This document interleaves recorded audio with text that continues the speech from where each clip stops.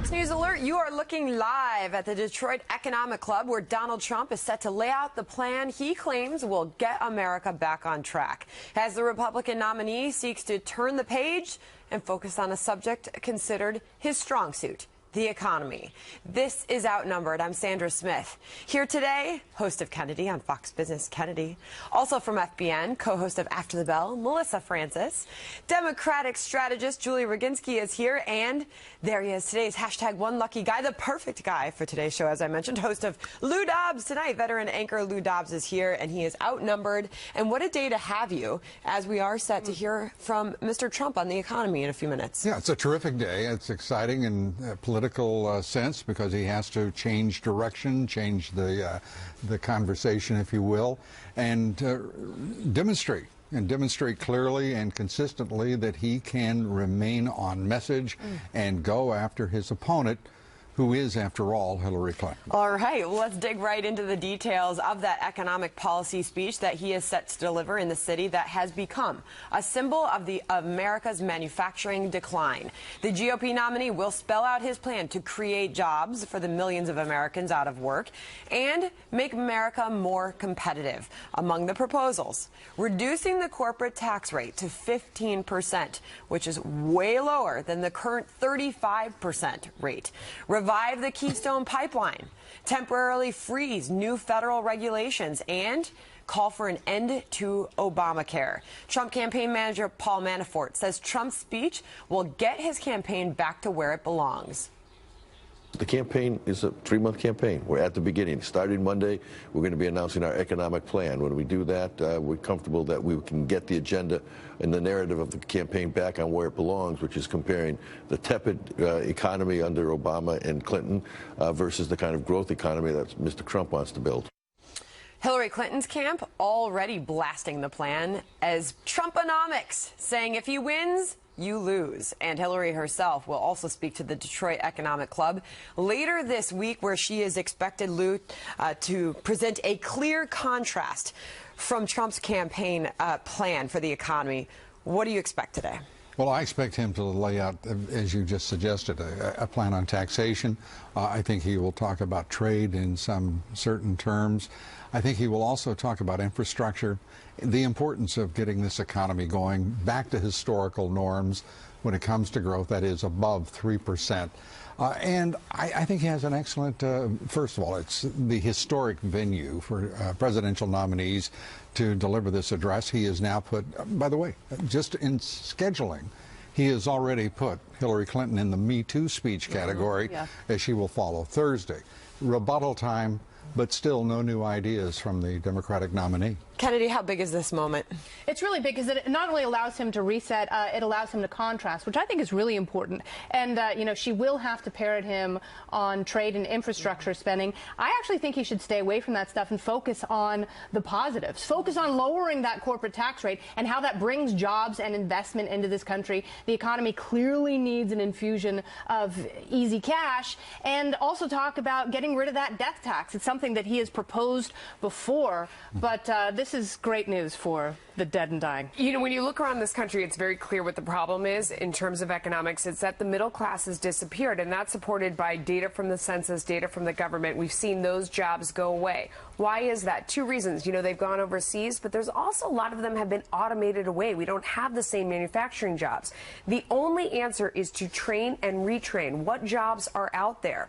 They're in healthcare, and there's a lot in automation and computer coding and robotics. That's what we have to teach our young people. But when you hear from Hillary Clinton, her ideas are exactly the same as Barack Obama. She says spending from the government, we're going to do infrastructure spending, and we're going to do green energy. And I would say, has it worked over the past 8 years? I mean, the gap has gotten bigger, the rich have gotten richer, the poor have gotten poorer. If you want that to continue, go to her plan.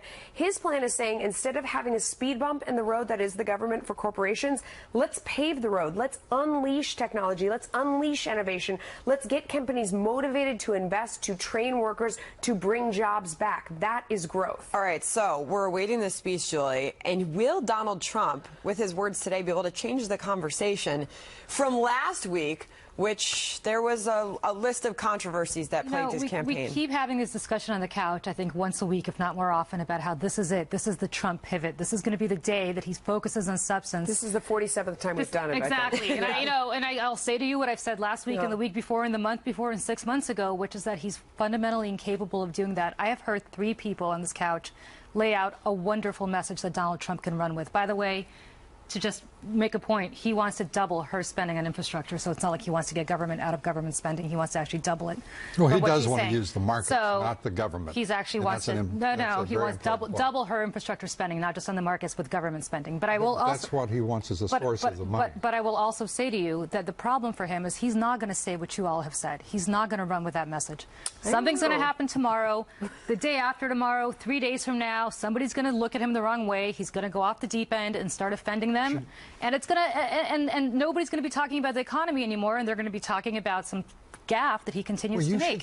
There should be a bigger smile on your face. You should be ebullient. I'm next to you. There's always a huge smile on my face. Are you kidding? I'm just getting the afterglow of the Dobbs. But he is his own worst enemy. I mean, Julie's right about that. If he would be quiet, get out of the way, and lay out a logical economic plan, which he's purportedly about to do, that's a win for him. But he keeps letting her win. If he would let her lose, then he could make it much easier for her. But I mean, the criticism of his plan, Lou, in the primary was he's not giving specifics. He's not telling us exactly how he's going to grow this economy.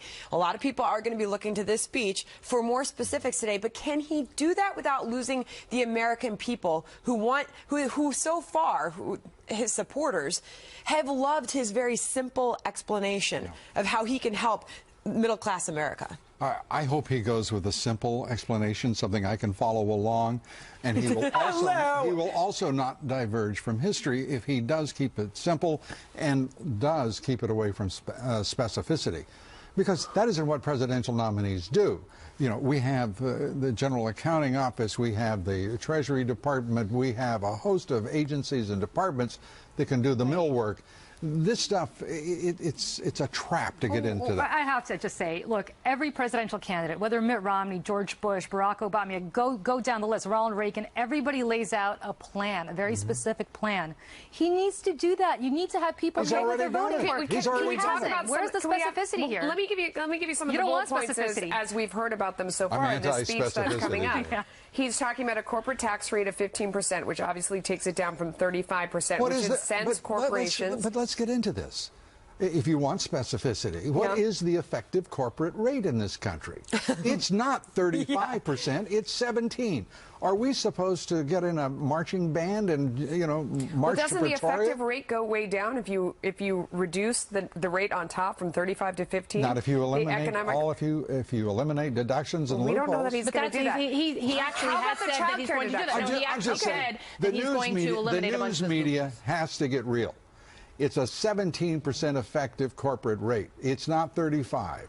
So what are we talking about? If you want specificity, let's get into it. What about proposing a regulatory pause? That sounds pretty exciting to me. I mean, regulation has been one of the main things that has held back corporations and especially small business owners. That's it. You hit on it exactly, Melissa. It's holding back small businesses. That is one of the biggest barriers to entry for people in this country who have great ideas but cannot get the capital to realize them and start these new businesses. That's what has to happen in this country. All regulation. So they can... Everything. Safety regulation, food safety regulation, everything. Safe. I don't need any more safety from the government. So you want to eliminate the government has kept me as safe as I possibly need to be. We're going to go back to the jungle. We're going to be grinding up body parts and hot dogs. We don't need anything new. That's what he's proposing. That's what we're going to be doing. No. There's specificity, by golly.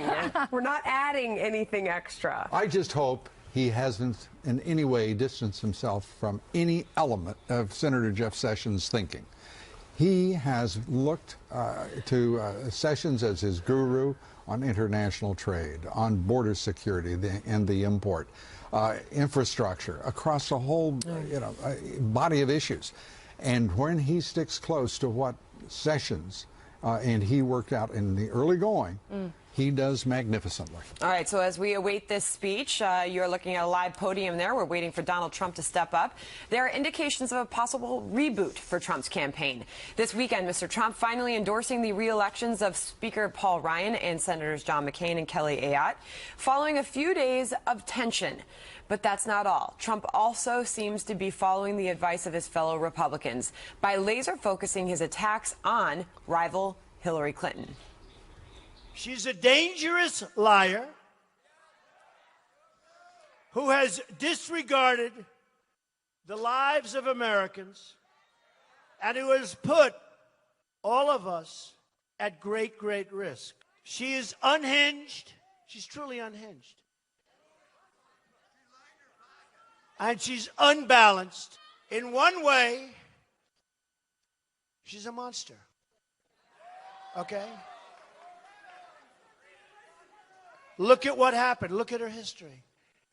In another way, she's a weak person. All right, so Julie's begging me to go to her first on this one. So let me repeat some of the words that he just used to describe his opponent. Unhinged, unfit, a monster, even, he's now calling her. So here's what I'm talking about. Do we just not talk about this? Here is Donald Trump about to lay out, hopefully, a substantive economic plan. What does he do? He steps on his own message by calling the Democratic nominee a monster. Now, you may think Hillary Clinton's an awful human being. You may think Hillary Clinton's wrong on every issue on the planet. You may think Hillary Clinton is not fit to be president. But she's not a monster because she's not a monster. And so the problem here is that all anybody's That sounded vaguely tautological. It is incredibly tautological. It's actually the definition of tautology, my friend. But you sound like Bill O'Reilly with the new words that everybody's going to be learning today. But I will say that that's the problem for Donald Trump. He cannot stay on message. Stay on your economic message. Stop with the personal insults. Stop insulting the Gold Star mom. Stop insulting John McCain. Stop insulting the disabled reporter. All right, so stay on message. So Donald, I want to jump in real quick, guys, because Donald Trump's vice presidential pick, Pence, is stepping to the podium. Let's listen in for a second. Detroit Economic Club. I'm grateful for that warm welcome. It was